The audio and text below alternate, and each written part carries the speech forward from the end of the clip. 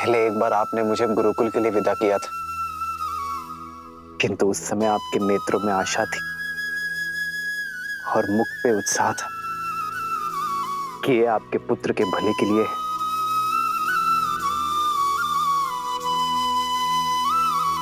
आज भी ऐसी स्थिति है मां, किंतु इस बार पुत्र का हित पहले से बड़ा है मां।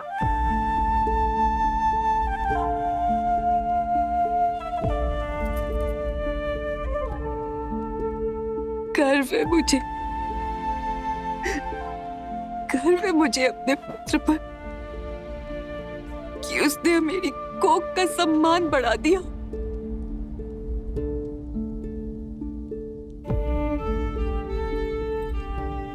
तुम्हें अनुमति ना देकर मैं अपने पुत्र का त्याग छूटा नहीं करना चाहती पुत्र।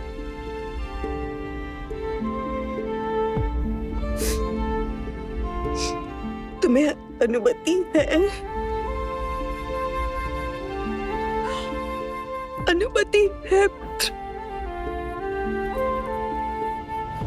पर क्या सारे धर्म तुम्हारे पिता और तुम्हारी विमाता के लिए, अपनी जननी के लिए कोई धर्म नहीं? सोचा नहीं कि मैं तुम्हारे बिना इस महल में कैसे रह पाऊंगी? 14 वर्ष जब मेरा पुत्र वहां वन वन भटक रहा होगा। नहीं, मैं भी चलूंगी पुत्र, मैं भी तुम्हारे साथ चलूंगी पुत्र।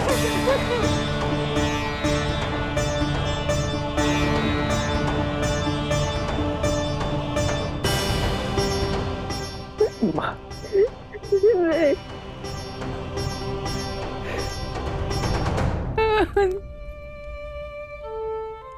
कितना सौभाग्यशाली हूं मैं कि मुझे आप जैसी मां मिली, जिस मां ने मुझे धर्म के मार्ग पर चलना सिखाया। आज उसी के साथ अधर्म कर दूं मां। धर्म की यात्रा का प्रारंभ मैं अधर्म के साथ नहीं कर सकता मां। संतान से पहले पति धर्म आता है मां। पिताश्री को आपकी यहां आवश्यकता है, इसीलिए आपका सम्मित स्थान अयोध्या है मां, अपने पति के पास। मुझे विश्वास कि मेरा पुत्र धर्म पालन करके लौटेगा, पर आशा नहीं कि जब तुम लौटोगे तो तुम्हारे स्वागत के लिए मैं जीवित रह पाऊंगी। नहीं माता, मुझे विश्वास है विवाह के पश्चात जैसे आपने हमारा स्वागत किया था, वैसे ही वन से लौटने के पश्चात आप हमारा स्वागत करेंगी।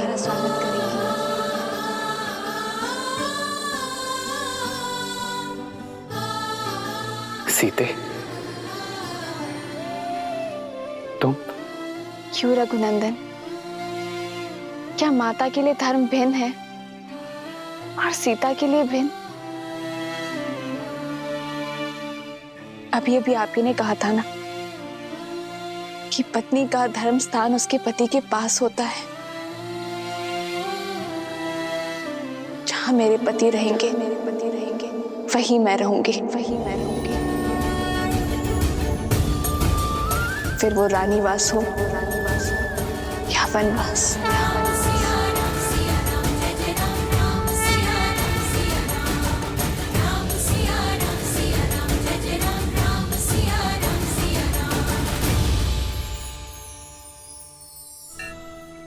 नहीं पुत्री, तुम नहीं जा सकती।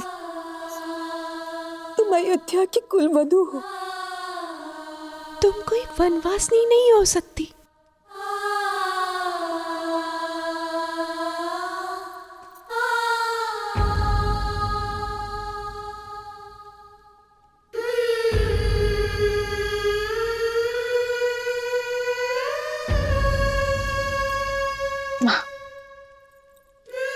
मेरे लिए कुलवधू होने का प्रारंभ श्री राम से विवाह होने के पश्चात हुआ था ना। पत्नी धर्म निभाए बिना कुल धर्म कैसे निभा पाऊंगी माँ?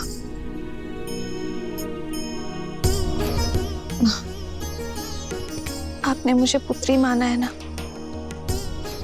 तो इस पुत्री को दुर्बल ना करें। धर्म निभाने का आशीर्वाद देकर विदा दे माँ।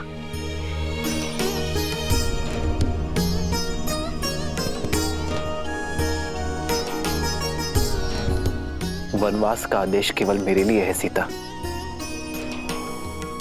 अपना प्रारब्ध मैं तुम्हें नहीं दे सकता।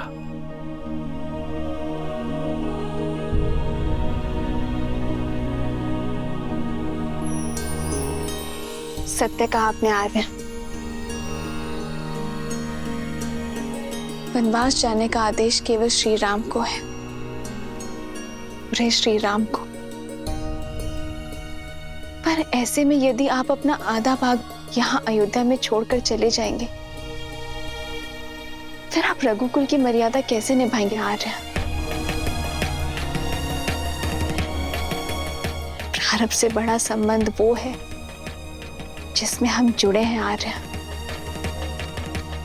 यदि मैं शरीर हूं तो आप आत्मा है, और ऐसे में हम भिन्न भिन्न कैसे रह सकते हैं आर्य?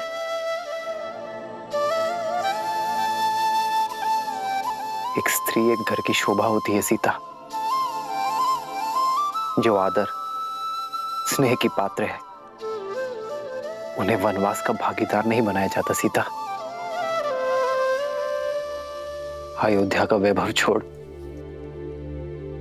वन के अभावों में तुम कैसे रहोगी सीता? मेरा वैभव तो आप है आर्य, और संबंध ऐश्वर्य या अभावों से नहीं, प्रेम और भावों से तोला जाता है। रानी वास हो या वनवास, जहां श्री राम होंगे वहीं सीता करेगी निवास।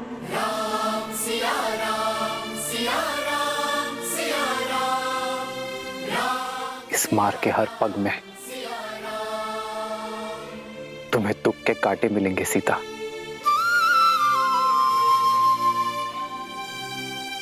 स्वीकार है, पर आपके वियोग के शूल नहीं सह पाऊंगी मैं आर्य।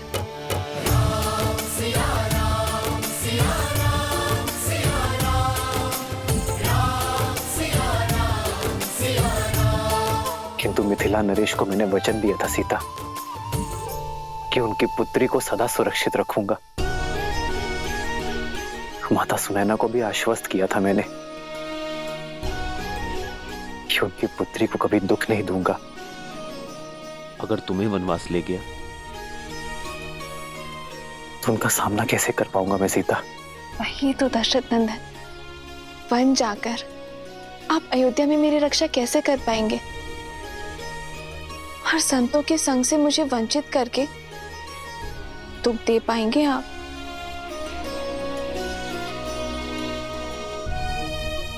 कहीं आप स्वार्थी तो नहीं हो गए हैं?